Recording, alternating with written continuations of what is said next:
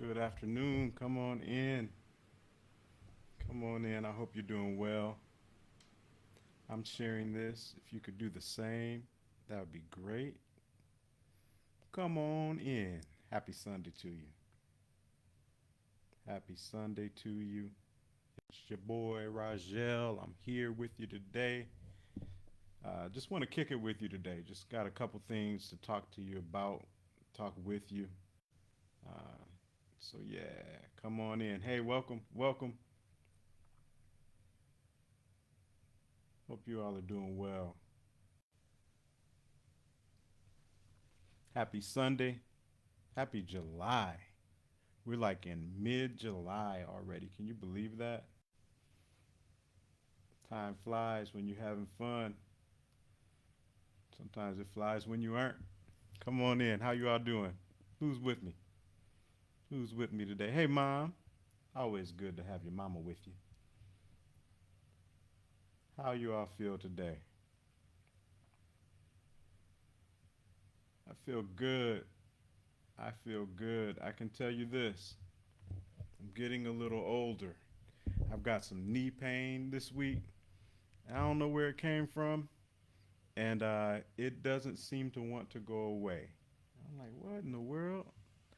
Uh, but I think it just is a benefit of the process of aging. It also could have something to do with the fact that I got on my daughter's new slip and slide. What's up, Steph? That Aunt Steffi sent her. Uh, that might have something to do with it. Maybe I shouldn't have done that. Hi, Gail. Glad to have you with us all the way from Australia. Hi, Aunt Deborah. Good to see you. Glad you all are here today. I just got a little quick thing to share with you today. Um, yeah, I just got it shared. Okay, bet. All right, now I'm going to talk to you. Good to see you all today. Thanks for joining me. Again, I just want to talk to you just briefly today, just with a thought that came to my mind that I've been thinking about this week. And sometimes inspiration and thoughts, they don't always come from like these deep sources. I know everybody's looking for this deep, strange spiritual experience where the heavens move, the stars align, the lightning flashes, and the thunder roars, and then you hear something from God. But sometimes it can come through very common through very common things. And so it wasn't all deep this week. I've been binge watching a show called Black Love. I'm not here to endorse any shows. I don't get any royalty kickbacks. Now, if somebody wants to arrange that, we can talk about it. But uh, it's actually just a show just about relationships, and so my mind has been on relationships a bit more. And so revelation sometimes comes from strange sources where it may not be intended to come from.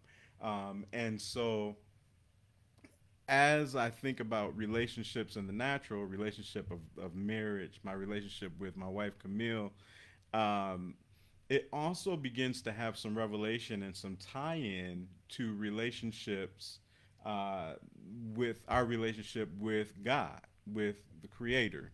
And so one of the thoughts that I've been thinking a lot about is that relationships are not so much about some destination that you arrive at, and then you've arrived, you're there, you got it, you conquered it, you overcame it. But really, the motivation, the inspiration, what keeps you engaged in relationships is the journey. The journey. It's about the journey.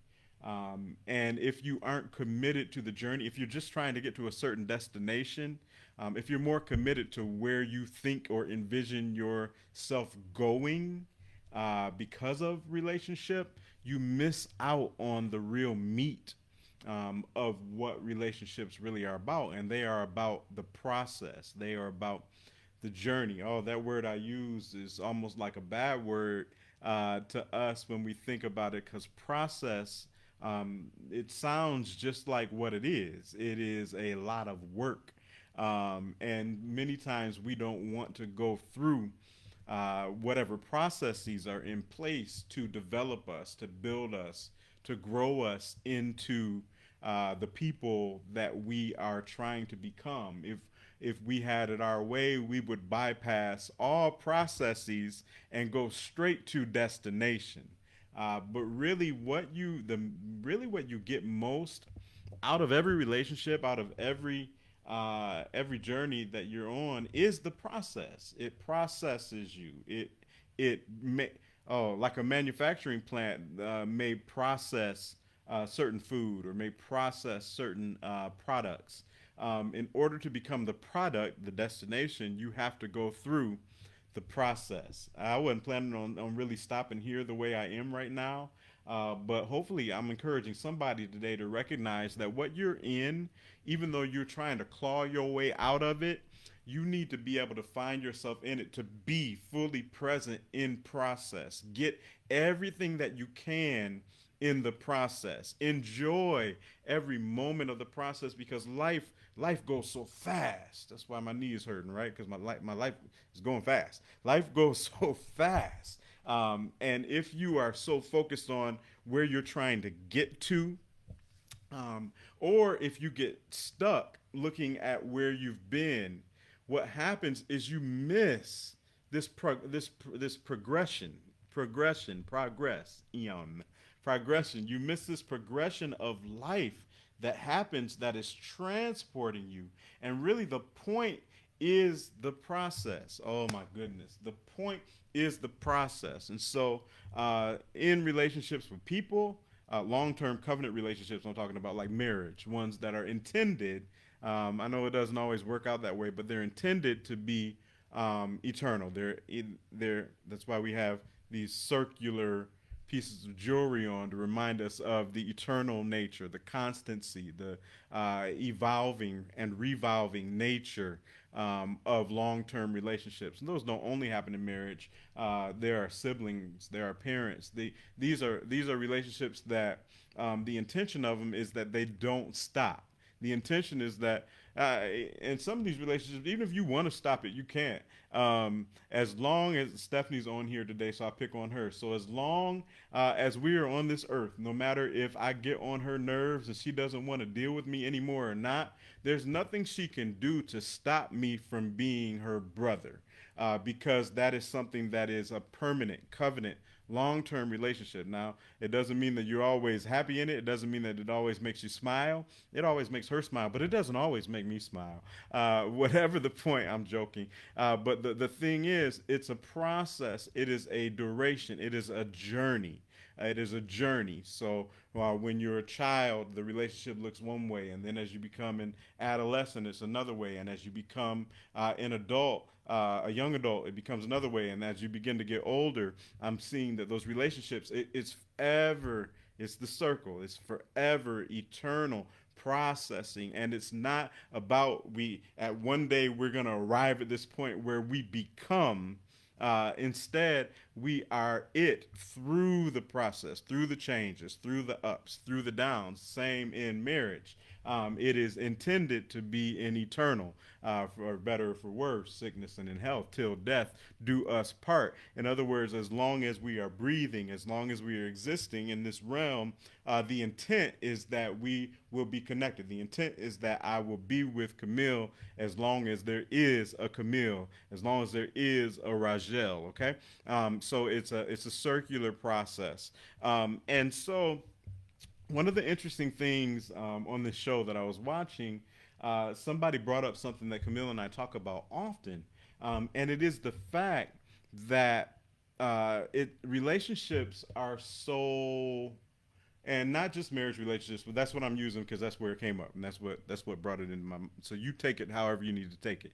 Ultimately, we all gonna make it about our relationship with God, but through the process, if you need to change the example because you got bad history and bad relationships, and you got a little bit of hurt whenever you hear something, I understand. But this is where it was birthed out of my thought, and so. So with these relationships, what can be interesting is, well, let me step back. You all be patient with me today. I want to make sure that I'm making the point the way I need to make the point. So when I was a kid, I'm on a tangent. This is what I do. I'm the squirrel guy. I'm stream of consciousness, and this thought just came to my mind. So when I was a kid, I remember one Christmas I received a Rubik's cube. Oh man, I'm showing my age again. This day is I should have named this. I'm getting older, but I received a Rubik's cube. That was one of the gifts I received in this particular year, and I remember I was fixated on it and I was playing with it. And I learned how to solve the one side, and then I learned how to make two, and then I was like, okay, there's got to be a way. And I played with it so much for a while because I was trying to solve it. Oh my goodness. Stay with me. Stay with me. I'm going to bless you. I'm going somewhere. I was trying to solve it. And so then I figured out how to do multiple sides. And then I got to the point where I solved it, right? And when I solved it, I had conquered it. And so really at that point, I was done with it. And then I set it on the shelf. Started trying to think of other things that I could do with it because I solved it. I beat it. And so that was the destination. Then I was done with it. I didn't play with it anymore. And now, a few years ago, somebody put one in front of me, and I did not remember how to conquer it or how to solve it. And I only had the patience to figure out how to do a couple sides on it because it's not something that I kept doing. I did it, I conquered it, I put it away. And this is the human mentality. This is how we tend to face a lot of things, and even the outlook that we tend to take as it relates to marriage and relationships. And so I think that one of the things that's making relationships fall apart is that our expectation, our lens, our vision is I'm going to learn how to do this. And so I'm going to learn how to make my wife happy. I'm going to learn how to meet Camille's needs, whatever those may be. And so we are looking at it like a Rubik's Cube. I'm going to solve the puzzle. Another Christmas, I got Mario Brothers, and I learned how to save the princess. And then, it wasn't that fun. Then I could just save the princess on one player, and I was kind of done with that game. And Zelda, same thing. Like once you conquer it, you kind of my tendency, maybe it's not yours, my tendency is that once I have conquered a thing, I tend to set it on the shelf. I put it away, and I'm done with it, and I'm looking for the next challenge. That approach does not work in eternal relationships, and this is what came up. This concept that Camille and I talk about a lot. Some people on the show were talking about, and they were talking about how once you think you have figured out marriage, once you think you have figured out what the other person needs, an interesting thing begins to take place, and what that person needs and wants changes. Uh, the rules of the game are all shaken up because when Camille, my wife, was in her 20s, there were certain things that she wanted, and I figured out how to kind of do that to the best of my ability. I'm not 100%, but I figured out a lot of it, and we were cool at that point. But then in her 30s, those needs changed. Oh man! So now it's like the whole rules of engagement are completely different. And so what happens sometimes is we get stuck. Oh my goodness, we get stuck, and so we're trying to give a person what they used to want, not recognizing that their wants, their needs, the things that make them happy have changed. And so now I have to start trying to solve this Rubik's cube all over again. And so then, as time progresses in relationship, what we begin to see, oh man, my needs change too. What I want is different. The things that make me happy are different now than they were 20 years ago, right? And so we are always a work in progress and a work in process. And we can take a couple views of that. We can get really frustrated and we can get mad and we can say that's not fair. You changed. It's not fair. But then we can't really do that because then when we turn the mirror back on ourselves, we begin to realize, oh man, I did it too. I changed the rules, but I need change. And so we can begin to have this whole frustration like, why won't what worked for you a decade ago work for you now? Oh my goodness. And we can either get frustrated or we can chill out, we can relax, and we can figure out, okay, let's be in this process together. Let's focus instead of on a destination. I conquered it and I'm going to put it on the shelf like the Rubik's Cube. I saved the princess and now all the music played and the fanfare, and now it's not as fun anymore. There's been an interesting part thrown into the mix of long term covenant relationships, and that is, will you stay with me even when my needs change? Will you keep pursuing me? I didn't mean to make this about natural relationships, but whatever. Take what you want from it. Will you keep pursuing me, even though I've changed the rules of engagement? Even though I keep moving, will you keep trying to hit a moving target? Oh man! And so uh, this is how it goes. And then the older we get, those changes don't come neatly a decade apart. More changes come. So in 2 years, what I needed 2 years ago isn't what I necessarily need now, because some different components and elements have been added into the equation. Some different things are factoring in, and so I'm still changing, and all of that. And so that's all the natural. And then at 38 is different. Then at 40 it's different. And with my wife, I can't get much further than that because she's forever young and she's not, and I'm also not going to give away too much information. But things keep changing. Now, here's where I'm getting to. The same happens with our relationship with God and with our purpose. Oh, my goodness. And, I don't know if you can think back to when you were really young, if you aren't really young anymore. I don't know, maybe you are. It depends on who's watching. But I remember early in my walk with God, such a frustration, such an angst, such an anxiety about, man, I need to know what my purpose is. I need to know what I'm being called to do. And so you go through those early years and you're searching for purpose, and you begin to find it to some degree, and then you pour everything that you can into that. And then God does this same thing that happens in natural relationships. He says, I'm not going to give you a purpose or a calling that's like the Rubik's Cube that you will solve and then put on the shelf. It's not about that destination. Now, since you did make some progress, in my 20s, it was all about music. It was all about keyboards. And so I made a lot of progress in that realm of music. And so I was like, all right, I got it. That was it. This is my purpose. I'm writing songs. I'm playing. I've been able to travel. And then what happens? God says, I'm going to keep it fresh. I'm not giving you a Rubik's Cube anointing. You're not going to save the princess and then put me on the shelf. So now what I'm going to do is I'm going to shake up the rules of engagement and your purpose for this next season.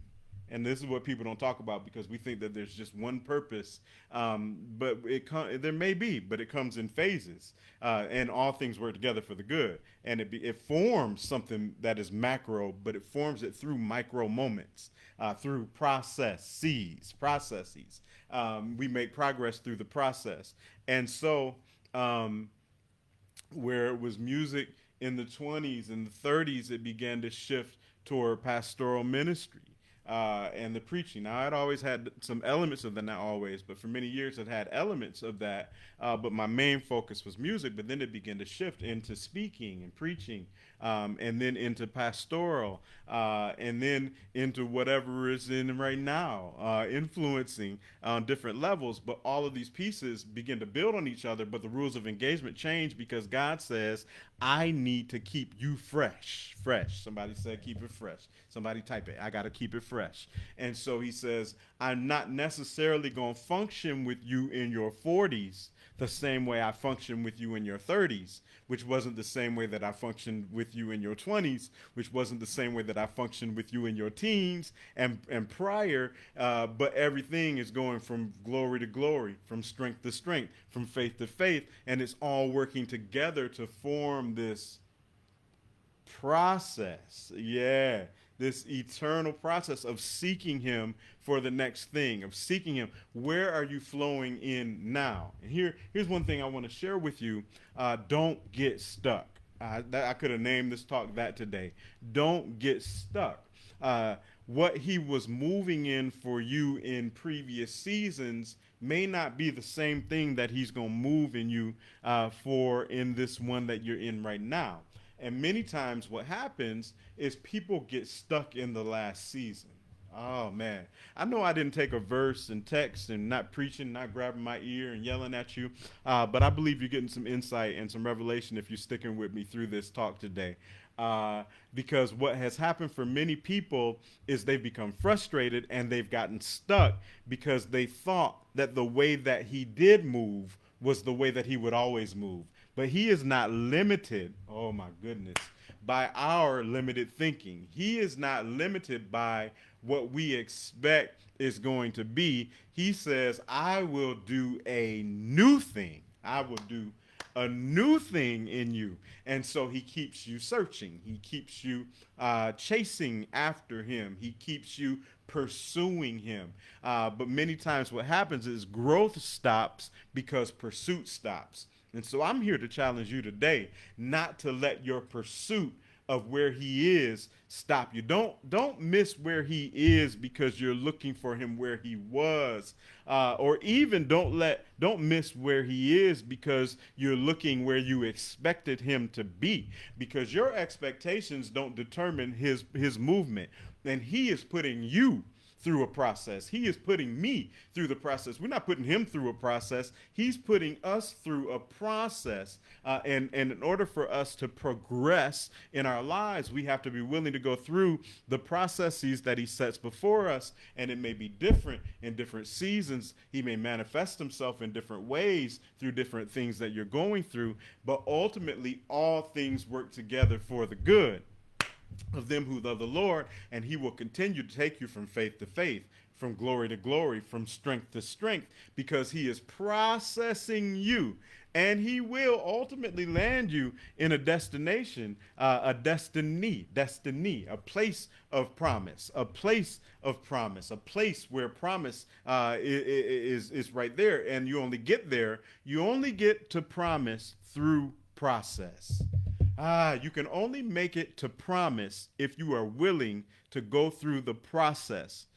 Don't get fed up because what worked in the last season isn't working in this season the way that you expected it. Don't get fed up because you can't find him in what you were doing the same way as you used to, because he has moved to the next thing, because he is having you chase him. That thing which once pursued you, you are now pursuing it, is how the Apostle Paul said it. And forgetting those things which are behind, I press toward the mark for the prize. I'm trying to save this princess, but I gotta go through all these processes to get through it. I'm trying to solve this Rubik's Cube, but I gotta go through all these processes. And he's not gonna make it easy, because if he made it easy, we would solve it. We would put it on the shelf. We would be done with our relationship. We would be done pursuing him. But instead, he says, I want you to keep chasing after me as long as you live.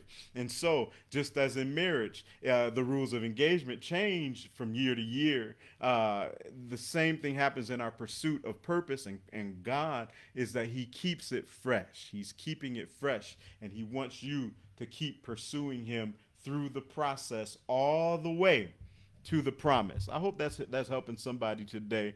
I talked a lot today, had a whole lot I wanted to share with you. But I want to encourage you to keep it fresh. I want to encourage you to keep pursuing purpose through process all the way to promise. Oh, that sounded good. Keep pursuing purpose through process all the way to promise. And he will bring you into a place of promise and blessings and destiny, a place where blessings stick to you, the land of milk and honey, where, oh my goodness, this is where sweet substances and provision begins to stick to you, because you are processing through what he has for you. But enjoy the journey. Don't be so stuck on seeing the end of it, that you begin to put your pursuit on the shelf. Keep on pursuing what he has for you. Same thing in your covenant relationships. Keep on enjoying the view. Keep on being fully present in the part of the process that he has you in, because there's something right there in that particular part of the process that he wants to process into you, that will help you as you begin to get to the next phase of where he's taking you. Enjoy it. Get everything you can out of it. Time goes fast, but if you can slow down and if you can begin to focus, if you can begin to focus on what he's trying to process in and through you on this journey, it will help you to make it to promise and to have what you need when you arrive in that place of blessings, that place of promise, that place of destiny, that destination. And that's my prayer for you, that you will keep it fresh, that you'll keep on pursuing, and that you'll make it all the way through the process, enjoying every piece of the process, all the way to your promise. And all these P words. Then he's gonna promote you, and then you'll start it all over again. He'll promote you because now you got to do it in the next level of promotion. You got to do it in the next phase, faith to faith, glory to glory, strength to strength. All right, I think I gave you enough to chew on. You take that, you work with it, and you let it be a blessing to your life. God bless you. Have a phenomenal week.